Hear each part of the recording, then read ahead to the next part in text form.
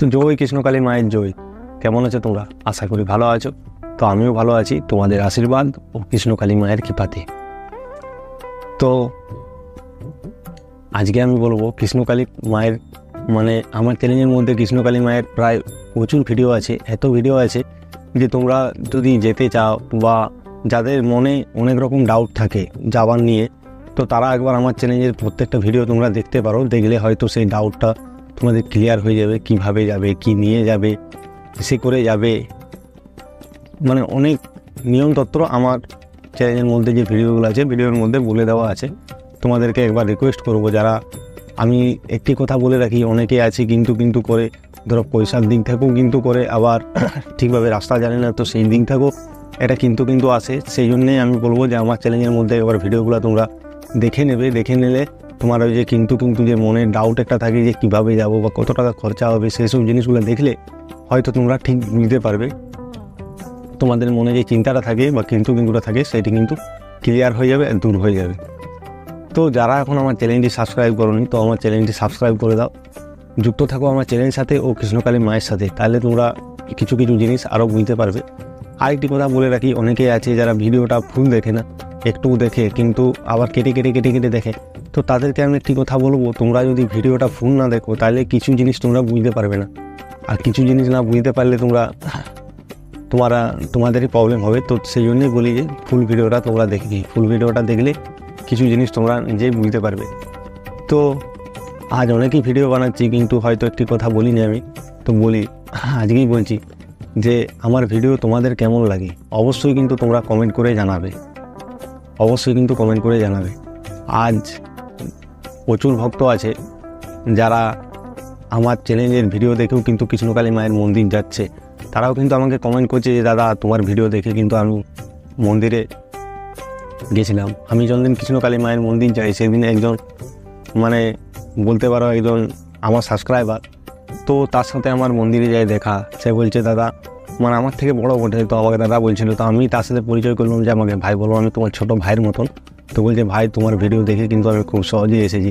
তো আমার এতটাই ভালো লাগলো কি বলবো।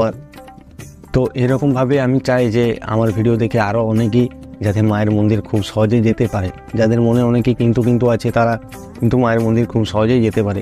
আজ প্রচুর ভক্ত আছে অনেক দূর দূরান্ত থেকেও কিন্তু মায়ের মন্দির যাচ্ছে। যারা অনেক দূরে থাকে তারা কিন্তু আমাকে কমেন্ট করছে যে দাদা আমি এতটাই দূরে থাকি, তো কীভাবে যাব। দেখো তুমি মনে করছো দূর, তোমার থেকেও কিন্তু দূর, তারাও কিন্তু মায়ের মন্দিরে চলে আসছে মায়ের দর্শন করতে এবং পুজো দিতে। তো সেই রকমই তোমরা যদি আসতে চাও আমার ভিডিওটা দেখবে যে কীভাবে মায়ের মন্দির যাও, খুব সহজেই বলা আছে যে কীভাবে তোমরা যাবে, তো সেভাবে যেতে পারবে।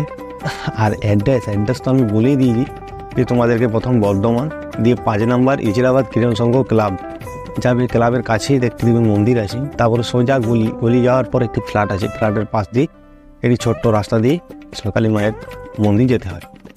তো দেখবে আমার ভিডিওগুলো একবার তোমরা দেখে নিলে হয়তো খুব সহজেই তোমরা যেতে পারবে। আর আরেকজন ভক্ত আমাকে বলেছেন যে দাদা ওইখানে কি থাকার ব্যবস্থা বা খাওয়া দাওয়ার ব্যবস্থা আছে? তো দেখো এখানে সব রকমই ব্যবস্থা আছে। যদি তুমি অনেকে আছে যারা রাতে এসে যায়, এসে পর ওইখানে রাতটি থাকে, তারপরে সকালে কিন্তু পুজো দিয়ে সকালে পুজো দিয়ে। তো সেই রকম বিষয় ওইখানে অনেকেই আছে যারা বিকাল দিকে বা সন্ধ্যা দিকে মায়ের মন্দির চলে যায়, যাওয়ার পর ওইখানে রাতটুকু কাটায় পর সকালবেলায় মায়ের দর্শন করে মায়ের পুজো করার পর বাড়ি ফিরে আসে। তো তোমাদের ওইখানে সব রকম ব্যবস্থা আছে, তোমরা খাবারও খেতে পারবে, আর ফুল মালা এইসব জিনিস মায়ের সমস্ত জিনিস তোমরা ওইখানেই পেয়ে যাবে, সব রকম পেয়ে যাবে, কোনো অসুবিধার কোনো কিছুই নেই। তো তোমরা আশা করি তোমাদেরকে সব জিনিসে আমি বুঝাতে পেরেছি। তো তোমাদেরকে আমি রিকোয়েস্ট করবো, কোনো জিনিস যদি তোমরা বুঝতে না পারো তো একটি কিন্তু আমাকে কমেন্ট করো, আমি কমেন্টের মাধ্যমে তোমাদেরকে ভিডিও বানিয়ে দেবো। আর যদি সেরকম শর্ট হয় তো কমেন্টে তোমাদেরকে রিপ্লাইও দিয়ে দেবো। তো